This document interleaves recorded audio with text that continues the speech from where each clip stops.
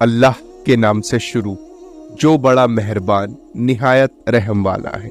एक बार हजरत सुलेमान अलैहिस्सलाम का दरबार लगा हुआ था। सभी इंसान, जानवर, परिंदे और जिन्नात दरबार में हाजिर थे, लेकिन एक परिंदा जिसका नाम हुदहुद था वो दरबार में मौजूद नहीं था। हजरत सुलेमान अलैहिस्सलाम को जब पता चला कि हुदहुद दरबार में मौजूद नहीं है तो हजरत सुलेमान अलैहिस्सलाम बहुत नाराज हुए। हजरत सुलेमान अलैहिस्सलाम ने कहा कि अगर हुदहुद ने अपने गैर हाजिर होने की कोई ठोस वजह नहीं बताई तो मैं उसे सजा दूंगा। कुछ देर बाद हुदहुद दरबार में हाजिर हुआ। हजरत सुलेमान अलैहिस्सलाम ने हुदहुद से पूछा कि तुम कहाँ थे? तो हुदहुद ने हजरत सुलेमान अलैहिस्सलाम से कहा, ए अल्लाह के प्यारे नबी, मैंने आज एक सल्तनत देखी है जहाँ एक मलिका हुकूमत करती है और वहाँ के रहने वाले लोग सूरज और चांद को खुदा मानते हैं और उसकी इबादत करते हैं। वैसे तो सभी परिंदे हजरत सुलेमान अलैहिस्सलाम के हुक्म को मानते थे, लेकिन हुदहुद हजरत सुलेमान अलैहिस्सलाम का सबसे ज्यादा खिदमत करने वाला और करीबी परिंदा था। फिर हुदहुद ने हजरत सुलेमान अलैहिस्सलाम को मलिका की हुकूमत के बारे में सब कुछ बताया। आज भी ये वाकया तारीख में मशहूर है, जिसे हम सबा की रानी मलिका बिल्किस के नाम से जानते हैं। हुदहुद ने बताया कि मलिका बिल्किस एक बहुत बड़े तख्त पर बैठकर अपनी हुकूमत चलाती है और जो कुछ एक बादशाह के पास होना चाहिए वो सब कुछ उसके पास है, लेकिन वो और उसकी कौम चांद, सूरज और सितारों की इबादत करते हैं और उसे अपना खुदा मानते हैं। उसके बाद हजरत सुलेमान अलैहिस्सलाम ने मलिका बिल्किस के नाम खत लिखा और हुदहुद उस खत को लेकर मलिका बिल्किस के पास गया। कुरान शरीफ में भी इसका जिक्र है कि हजरत सुलेमान अलैहिस्सलाम ने फरमाया कि ये खत लेकर जाओ और मलिका बिल्किस के पास इस खत को गिरा दो, तुम दूर होकर देखो कि वो क्या जवाब देती है। उसके बाद हुदहुद वो खत लेकर गया और मलिका बिल्किस की गोद में खत को गिरा दिया।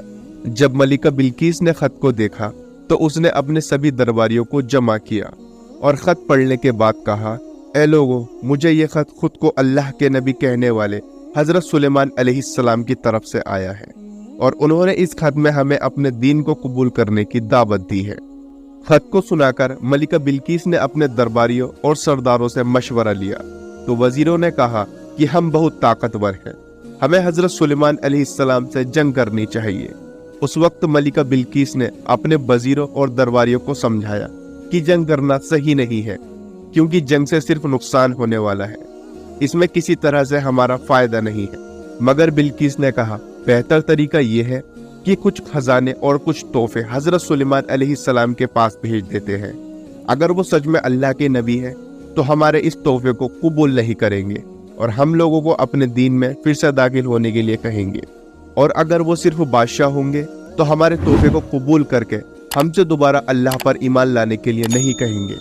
उसके बाद मलिका बिल्किस ने हर तरह के खजाने और तोहफे हजरत सुलेमान अलैहिस्सलाम की बारगाह में भेजने का इंतजाम कर लिया। हुदहुद ये सब देखकर तुरंत हजरत सुलेमान अलैहिस्सलाम की बारगाह में हाजिर हुआ और उन्हें ये सब कुछ बताया। कुछ दिनों के बाद जब मलिका बिल्किस के खादिम सभी तोहफा और खजाना लेकर हजरत सुलेमान अलैहिस्सलाम के पास पहुंचे तो हजरत सुलेमान अलैहिस्सलाम ने मलिका बिल्किस का तोहफा वापस कर दिया और फरमाया कि मेरे अल्लाह ने जो दिया है उसके आगे दुनिया की कोई दौलत और खजाना किसी काम का नहीं। मलिका बिल्किस का तख्त 80 गज लंबा और 40 गज चौड़ा था। उस तख्त में सोना, चांदी, हर तरह के हीरे जवाहरात लगे हुए थे। जब सबा की मलिका बिल्किस के तोहफे और खजाने को हजरत सुलेमान अलैहिस्सलाम ने वापस किया तो उन वजीरों से सुलेमान अलैहिस्सलाम ने कहा कि मलिका बिल्किस से कहो कि वो अल्लाह से डरे और उस पर ईमान लाए और उसकी इबादत करे और मेरी बारगाह में आए। उसके बाद हजरत सुलेमान अलैहिस्सलाम ने अपने दरबार में ऐलान किया कि ए दरबारियों, तुम लोगों में कौन ऐसा है जो मलिका बिल्किस के आने से पहले उसके तख्त को यहाँ हाजिर कर दे।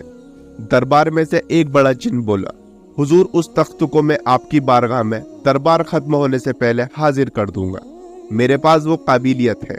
हजरत सुलेमान अलैहिस्सलाम ने कहा, और जल्दी कौन ला सकता है? ये सुनकर हजरत सुलेमान अलैहिस्सलाम के वजीर, जिनका नाम आसिफ था, वो अल्लाह के बहुत बड़े वली भी थे, उन्होंने हजरत सुलेमान अलैहिस्सलाम से कहा, हुजूर, मैं मलिका बिल्किस के तख्त को पलक झपकने से पहले हाजिर कर सकता हूँ। اس کے بعد حضرت آصف نے اللہ کی عطا کی ہوئی طاقت سے سبا کی ملکہ بلقیس کے تخت کو ملک سبا سے بیت المقدس تک یعنی حضرت سلیمان علیہ السلام کے محل میں کھینچ لیا، اور وہ تخت حضرت سلیمان علیہ السلام کے کرسی کے پاس آ گیا۔ وہ تخت زمین کے نیچے سے ہوتے ہوئے ایک پل میں حضرت سلیمان علیہ السلام کے محل میں آ گیا۔ تو ناظرین، یہ ہوتی ہے اللہ کے ولیوں کی شان۔ تو آپ اندازہ لگا سکتے ہیں کہ اللہ کے نبی کی کیا شان ہوتی ہوگی۔ چنانچہ اس کے بعد جب خادموں نے واپس آ کر بلقیس کو سارا ماجرا سنایا تو بلقیس حضرت سلیمان علیہ السلام کے دربار میں حاضر ہو گئی، اور حضرت سلیمان علیہ السلام کا دربار اور یہاں کے عجائبات دیکھ کر اس کو یقین آ گیا کہ حضرت سلیمان علیہ السلام خدا عز و جل کے نبی برحق ہے، اور ان کی سلطنت اللہ تعالیٰ کی ہی طرف سے ہے۔ حضرت سلیمان علیہ السلام نے بلقیس کو اپنے دین کی دعوت دی تو اس نے نہایت ہی اخلاص کے ساتھ اسلام قبول کر لیا۔ پھر حضرت سلیمان علیہ السلام نے بلقیس سے نکاح کر کے اس کو اپنے محل میں رکھ لیا۔